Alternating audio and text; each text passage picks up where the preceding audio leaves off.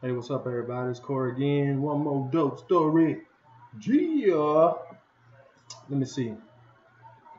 This was in high school, and this actually involves a teacher. So let's see how I start. Anyway, in high school, I think was the years I had started really selling dope, and but before that, in high school, I was always going through stuff. Like before that, I was stealing and everything when I was a kid. So every day, almost literally a lot in school.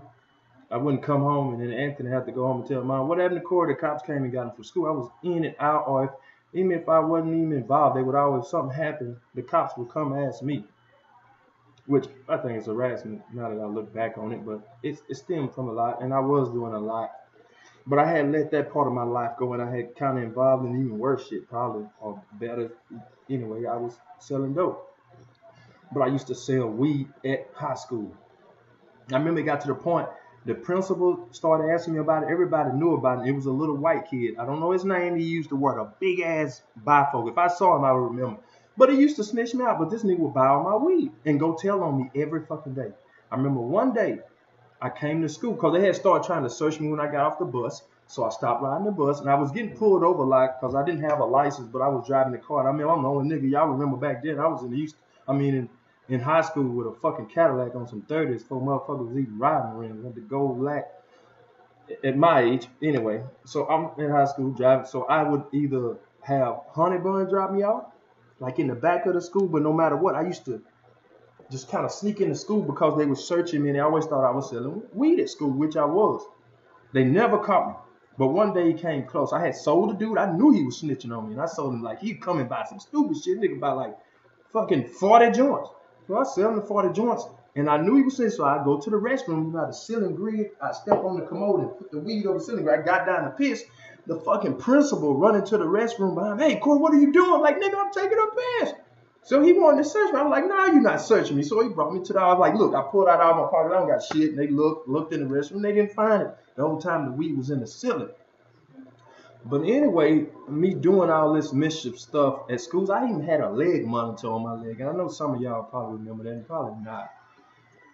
But anyway, I was in Coach Rogers, which was a history teacher, and also a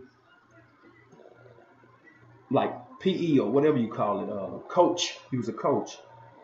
But this motherfucker, he could not teach because he thought my life was so exciting. I swear to God, like the first 30 minutes of class was about me. Every time I used to have to come in that class, I used to have to sit there and listen to that motherfucker talking. What happened in the hood last night, Corey? I heard you got arrested. What was you doing? Yeah, you selling dope, man. They pulled you in the principal office, you ain't kind of weed. So it got to the point that me and him was like literally about to fight. I used to go back and forth with this motherfucker like all the goddamn time. Like it was the worst feeling as a kid because I used to try to wish I could hide in my skin. I have to come to this motherfucker class and it just felt so bad because he just made me feel so embarrassed, and I was already shy, and I had to hear this teacher tell my business in front of everybody. I got a leg monitor on. I'm fucking young. That shit wasn't cool back then. Now motherfuckers putting armor all on the leg monitor and sporting it, but it was embarrassing, but I was just in that life at the time. So anyway, it got to the point I couldn't even go to that class. Me and Coach Roger was at end, so they ended up putting me in this black woman class. I forgot, but I started selling fast in her class because she didn't worry about what I did outside the school. And at school, I was good. I had an outside life that was interfering with it. And then it was hard for me to even focus after that because that, especially punk ass Coach Rogers, and that is one motherfucker, like, he is a horrible teacher. If he would do that today, they would have him kicked out and not paid and all that shit. But it was a thing to where he fucked with me the whole day. Everybody in the class, it was like a gimmick. Corey comes, he announced all my business. He talk about it fucking every day. And I used to just sit there and look at him and not say nothing. And after class, I go tell him about himself. We get in the argument, go to the principal when they finally moved out of this retarded ass motherfucking class. Anyway, so that went on. And this was when I was hanging with Tweet and Austin.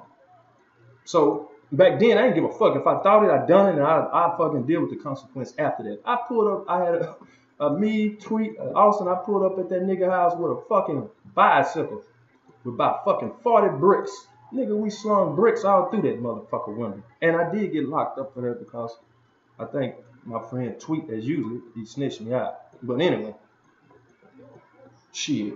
Like and then after that, he just looked at me. I wasn't even in his class no more. And then after that, farther on I got in high school, I had to do SAC year, and that's why I said, fuck that, I'm done.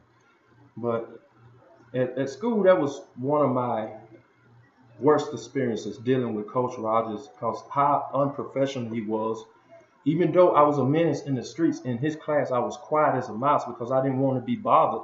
And I knew if I just moved something or said something or rose my hand, I would have to deal with him talking about my drug life instead of teaching the class.